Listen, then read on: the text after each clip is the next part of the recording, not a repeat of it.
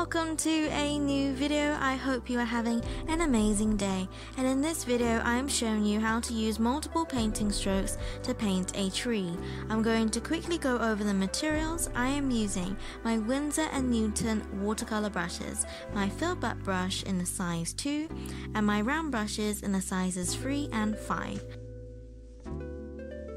My Montmartre watercolor set, my medium-sized Chinese brush, and my Canson 300 GSM mixed media sketchbook. So if you've been watching my videos for some time, then you know that I am a watercolor noob, and you also know that I just make this up as I go along and then tell you guys what I did, what I learned, all in an attempt to figure out how to use watercolor how I'm supposed to. So today I am painting a tree. Previously I painted an autumn tree, which was 2 months ago, and so I thought I'd try using dry brushing, wet on wet, wet on dry techniques, and using different strokes to make the tree more natural looking, and also exploring another way to use watercolors. Now for the first layer, I made very loose irregular shapes and marking out roughly how large I wanted my tree to be on the page. At this point my page is still on the wetter side, and so it doesn't have the dry brushing effect yet, where the hairs of your brush can be prominently seen when the page is dry. But since I am working on the first few layers, this is not an issue.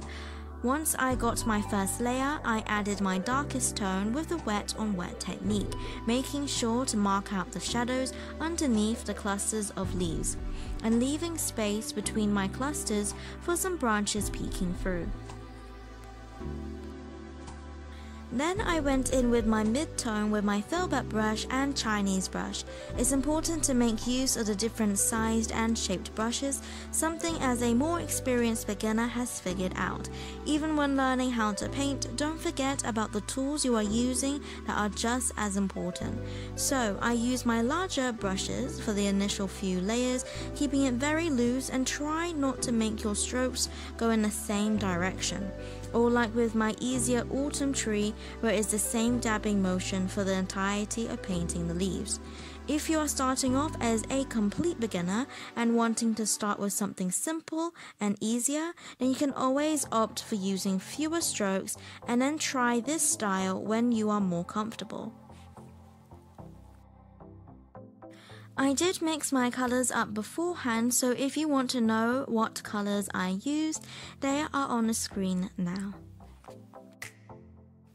With my darkest tone, I started using the dry brushing technique. For this technique, you don't dip your brush into your water before picking up some paint like you normally would, but you go straight for the paint once it is activated, which means ready to use and not dry in your pan.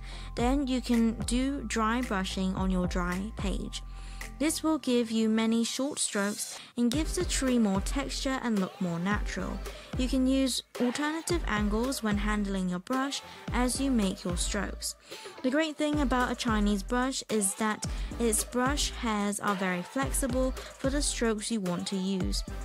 So for this dry brushing, when picking up my paint, the bristles fan out, making multiple thinner strokes, which would be harder to achieve with my filbert and round brushes.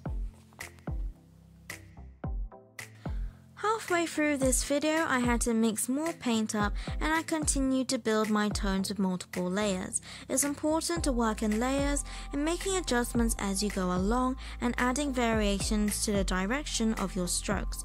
As you can see, I got carried away with building my clusters of leaves, and there is less white space in between, so try and avoid having your tree be one clump.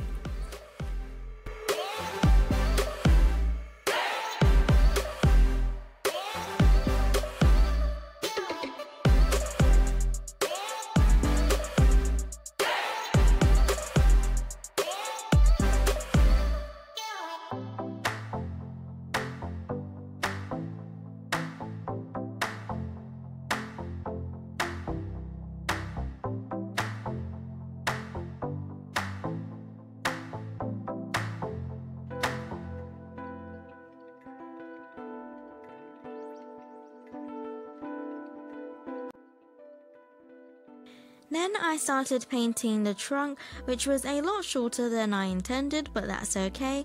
And then you can use a thinner round brush to add in your branches, connecting them to the trunk and the clusters of leaves how you want.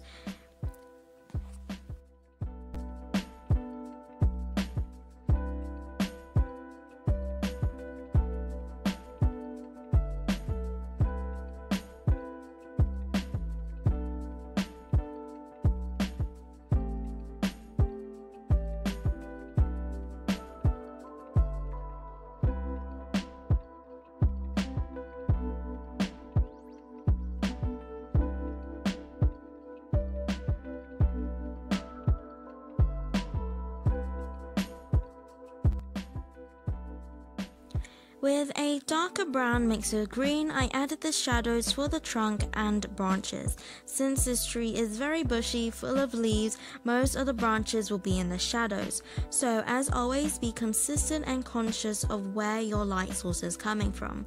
I think I could have made the trunk a little darker, but I like the contrast in tone, so it's a happy accident.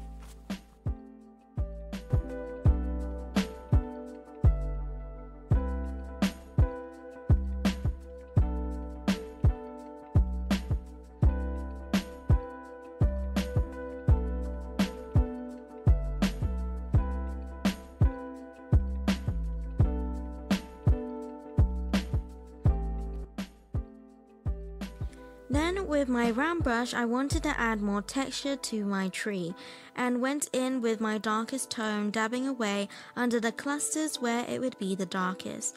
If you like it more lively, then you can be more loose with your brush strokes and use more of that dry brushing. If you prefer a neater and perhaps more controlled look, then you can use more strokes with your brown brushes.